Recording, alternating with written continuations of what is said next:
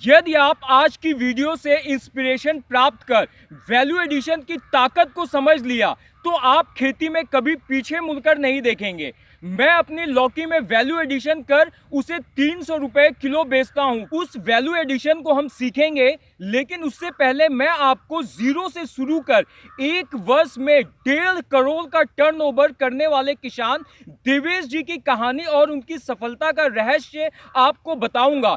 Video को बीच में छोड़कर मत जाइएगा। आने वाले कुछ मिनट आपकी पूरी जिंदगी बदल सकते हैं। मैं नेचुरल ऑर्गेनिक फार्मिंग का फाउंडर डायरेक्टर कृष वत्स अपनी सब्जियों का वैल्यू एडिशन कर उसे डायरेक्ट कस्टमर तक पहुंचाता हूं। इसका कंप्लीट ब्लूप्रिंट मटर की जैविक खेती से लखपति वीडियो सीरीज के रूप में आपके लिए ले आया हूं। इस सीरीज के शुरुआती पार्ट का लिंक डिस्क्रिप्शन में है। आने वाले पार्ट के लिए सब्सक्राइब करना मत भूलिएगा, जिसमें आपको मैं बताऊंगा कि आप मार्केटिंग सीखकर कैसे एक फार्मर से बिजनेसमैन बन सकते हैं। असली कमाई है वैल्यू एडिशन में।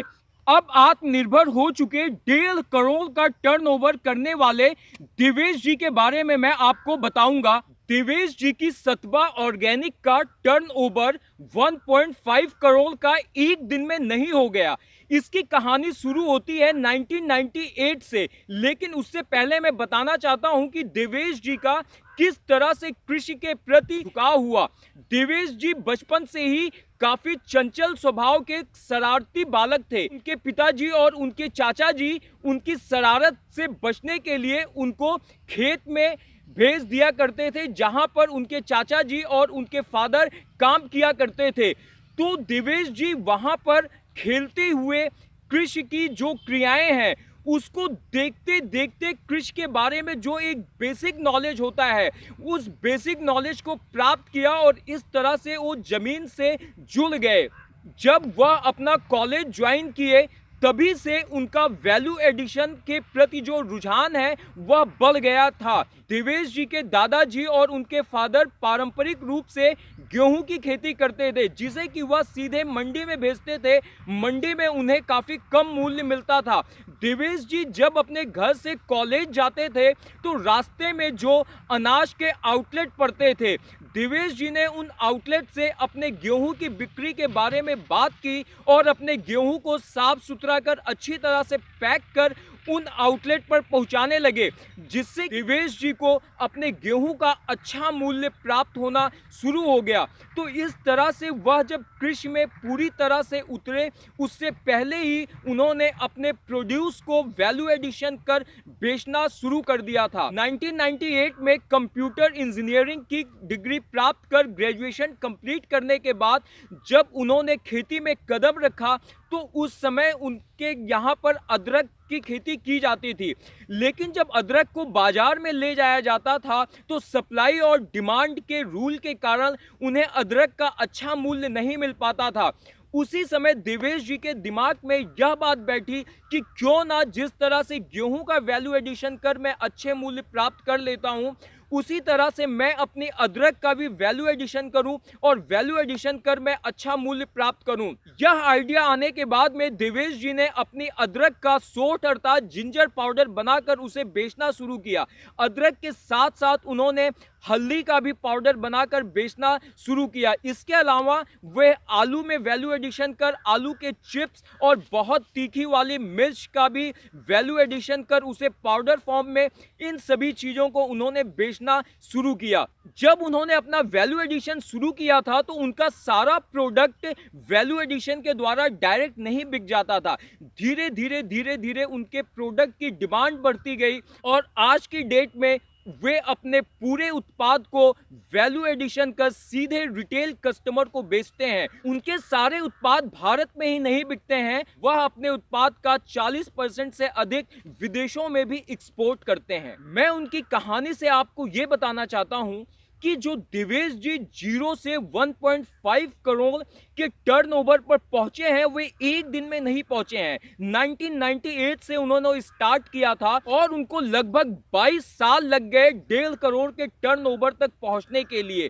तो आप भी अगर आज से स्टार्ट करेंगे तो आप भी जरूर पहुंचेंगे उस लक्ष्य तक। उसके लिए उन्होंने देवेश जी ने छोटे छोटे स्टेप लिए थे, उन्हीं स्टेप को फॉलो करके वे आज एक अपनी कंपनी को 1.5 करोड़ के टर्नओवर तक पहुंचाए हैं।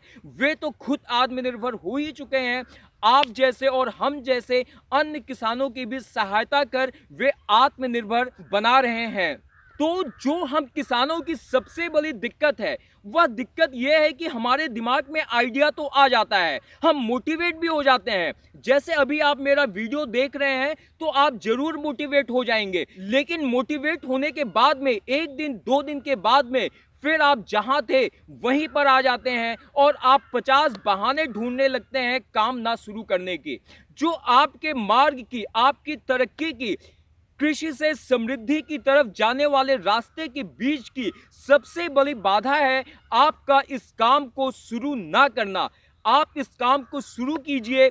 आपको कैसे रिटेल मार्केटिंग करना है, कैसे आपको वैल्यू एडिशन करना है, वैल्यू एडिशन के लिए छोटी छोटी मशीनरीज आप कैसे परचेज करेंगे, इन सभी आपके छोटे छोटे स्टेप को मैं छोटी छोटी वीडियो के माध्यम से आपके सामने प्रस्तुत करूंगा। अब मैं आपको अपनी लौकी के वैल्यू एडिशन के बारे में बताऊंगा कि कैसे मैं अपनी लौकी का वैल्यू एडिशन कर उसे 300 रुपए किलो बेचता हूं। मैं अपनी ऑर्गेनिक लौकी की स्वादिष्ट स्वास्थ्यवर्धक सुपाच्य बर्फी बनाकर अपने रिटेल कस्टमर को उपलब्ध करवाता हूं।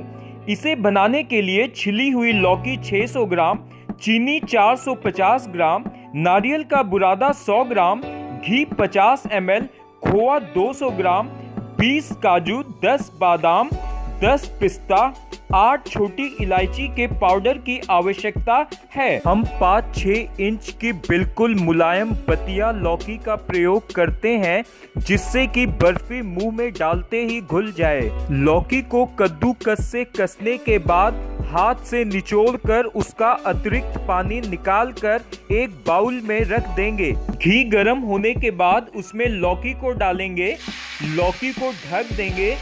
धीमी आंच पर लौकी को 7 से 8 मिनट तक पकाना है। 2-2 मिनट के बाद लौकी को चलाते रहना है। लौकी कढ़ाई में नहीं लगनी चाहिए। हम लौकी को लगभग 8 मिनट धीमी आंच पर पका चुके हैं। लौकी अब मुलायम हो चुकी है। अब हम इसमें चीनी डालेंगे। आंच अब भी धीमी रखनी है। चीनी डालने से लौकी का पानी बाहर निकलेगा। लौकी उसी में धीमे धीमे पकेगी। 2-2 मिनट पर चलाते रहना है। जब तक लौकी पक रही है तब तक हम खोआ तैयार करेंगे। कढ़ाई में दूध को लगातार चलाते हुए तेज आंच पर पकाना है। दूध जब गाढ़ा होने लगे तो आंच धीमी कर देनी है। दूध को लगातार चलाते रहना है। अब खोआ तैयार हो चुका है। हम इसे उतार कर ठंडा करेंगे। अब लौकी का पानी कढ़ाई में नहीं दिख रहा है, सूख चुका है।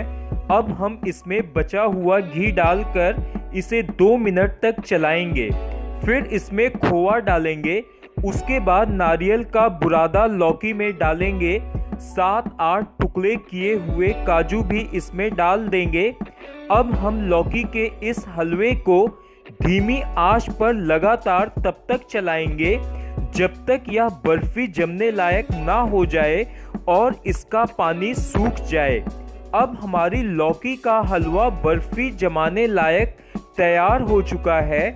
अब इसमें इलायची पाउडर मिलाकर इसे नीचे उतार लेंगे। अब एक थाली में पूरे सरफेस पर घी लगाकर उसमें लौकी को जमाकर उसके ऊपर नारियल का बुरादा, बारीक कटे हुए बादाम और पिस्ता को आकर्षक तरीके से सजाकर हल्के हाथ से प्रेस कर देंगे। 7-8 घंटे बाद इसे चाकू से बर्फी के आकार में काटकर थाली को गैस पर हल्का सा गर्म करके प्लेट में निकाल लेंगे। आपको मेरा वैल्यू एडिशन कैसा लगा कमेंट कर जरूर बताएं।